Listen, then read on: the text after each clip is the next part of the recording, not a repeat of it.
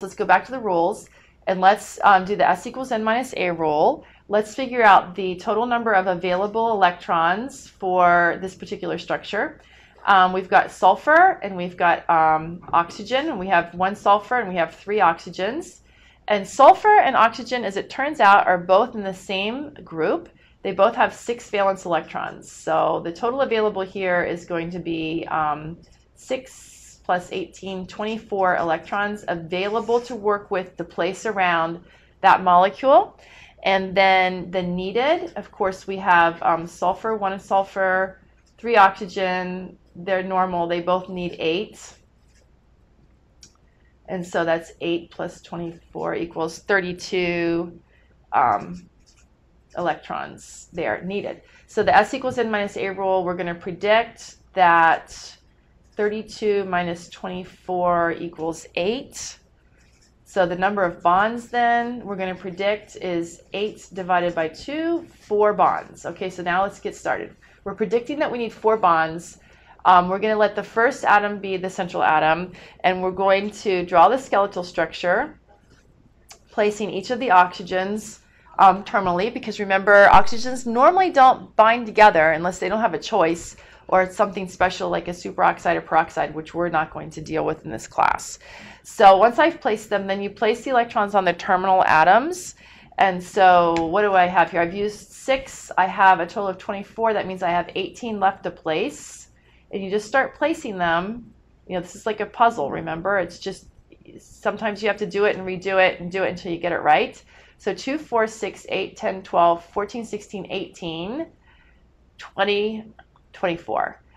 And when I do that and I place my 24 electrons, I find that I have satisfied the octet for this oxygen and this oxygen, but not for this sulfur. I only have 6 on the sulfur, and I only have, oh, wait a minute, no, wait, 2, 4, 6, 8, 10, 12, 14, 16, 18, 20, wait, 2, 4, 6, 8, 10, 12, 14, 16, 18, oh, no, I need 1 more pair here. I have 1 more pair there.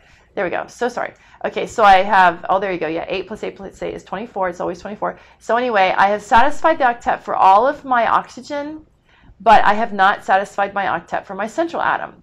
I don't have any more. I mean, you can consider this just like a bag of electrons here. These available electrons are just like all of the outer electrons that you just scraped off of all of these individual atoms and placed in the bag, and now you're resorting where the electrons go.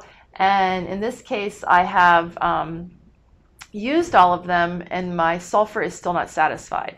So according to the rules, you can take, you know, a bonding pair and, a non-bonding pair and form a double bond. And when you do that, and I'm going to get another piece of paper so I can, when you do that for sulfur, you, for sulfur trioxide, what you end up making then is this double bond here, and then I have 2 electrons. Ooh, sorry. I have 2 electrons there, and then I still have this oxygen with its 6, and this oxygen with its 6.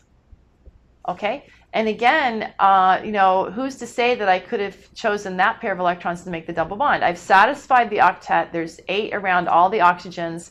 Now with the double bond, there's 8 around the sulfur. But why didn't I pick the pair of electrons here? Well, I could have. Okay, and so I could have done it this way.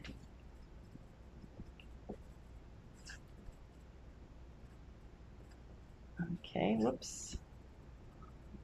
It's a little tight there. Or I could have done it from the other side. Okay, from this side. So my double bond could have appeared in one of 3 places.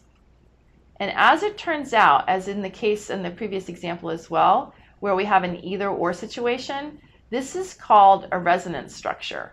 And what happens in reality when you check on this particular molecule, and what I need to tell you now is that double bonds are stronger than single bonds.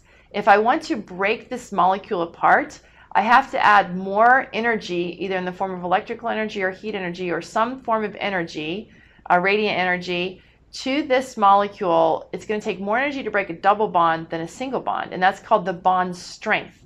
Double bonds are stronger than single bonds. Triple bonds are even stronger still than double bonds. So single bonds are the weakest. And what the chemists have found when they take a close look at this type of a structure where the double bond could have been in any one of these three locations is that it really sort of floats around in all three locations. And the bonds, the actual bonding scheme of this molecule, it's resonating, that's why it's called a resonance structure, between those three different locations. Okay, it's a resonance structure. And so this double bond is really kind of flipping around. And when you measure the bond strengths of the three SO bonds, it's not that one SO bond is much stronger than the other two. They're all about the same. And so what that's telling us is that there's some intermediate phase where this pair of electrons is actually being shared among all three. And so it's sort of like a 1 1/3, a 1 1/3, and a 1 1/3 bond instead of a double, single extreme. So the actual structure is actually somewhere in between these three extremes. And sometimes it's even drawn like this. Where there's kind of a dashed line between all three of those bonds, meaning that pair of electrons is sort of cycling its way through the molecule. It's called a resonance structure. Okay, so it's not a full double bond or a full single bond. It's somewhere in between for all three. All right, so that's a special situation there.